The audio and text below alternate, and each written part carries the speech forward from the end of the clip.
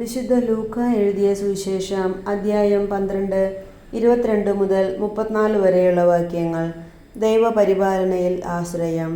വീണ്ടും അവൻ ശിഷ്യരോട് അരുളി ചെയ്തു, അതിനാൽ ഞാൻ നിങ്ങളോട് പറയുന്നു, എന്തു ഭക്ഷിക്കും എന്നു ജീവനെ പറ്റിയോ എന്തു ധരിക്കും എന്ന് ശരീരത്തെ പറ്റിയോ നിങ്ങൾ ആകുലരാകേണ്ട.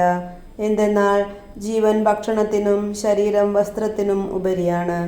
കാക്കകളെ നോക്കുവിൻ, അവ വിതയ്ക്കുന്നില്ല, കൊയ്യുന്നില്ല, അവയ്ക്ക് കലവറയോ കളപ്പുരയോ ഇല്ല, എങ്കിലും ദൈവം അവയെ പോറ്റുന്നു. പക്ഷികളേക്കാൾ എത്രയോ വിലപ്പെട്ടവരാണ് നിങ്ങൾ. ആകുലരാകുന്നതുകൊണ്ട് ആയുസ്സിൻ്റെ ദൈർഘ്യം ഒരു മുഴം കൂടി നീട്ടാൻ നിങ്ങളിൽ ആർക്ക് സാധിക്കും?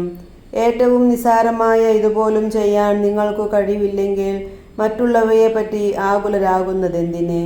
ലില്ലികളെ നോക്കുവിൻ, അവ നൂൽ നൂൽക്കുകയോ വസ്ത്രം നെയ്യുകയോ ചെയ്യുന്നില്ലല്ലോ.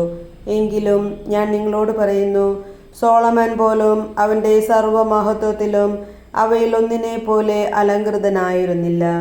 ഇന്നുള്ളതും നാളെ തീയിലെറിയപ്പെടുന്നതുമായ വയലിലെ പുല്ലിനെ ദൈവം ഇത്രമാത്രം അണിയിക്കുന്നെങ്കിൽ അല്പവിശ്വാസികളെ നിങ്ങളെ എത്രയധികം അണിയിക്കുകയില്ല.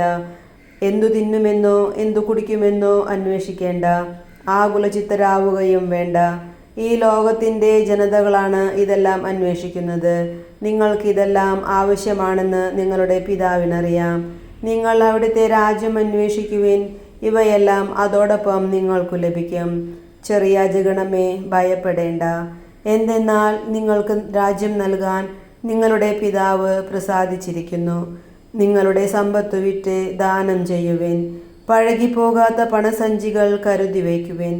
ഒടുങ്ങാത്ത നിക്ഷേപം സ്വർഗത്തിൽ സംഭരിച്ചു വയ്ക്കുവിൻ. അവിടെ കള്ളന്മാർ കടന്നു വരികയോ ചിതൽ നശിപ്പിക്കുകയോ ഇല്ല. നിന്റെ നിക്ഷേപം എവിടെയോ അവിടെ നിന്റെ ഹൃദയവും. നമ്മുടെ കർത്താവായ മിശിഹായ്ക്ക് സ്തുതി.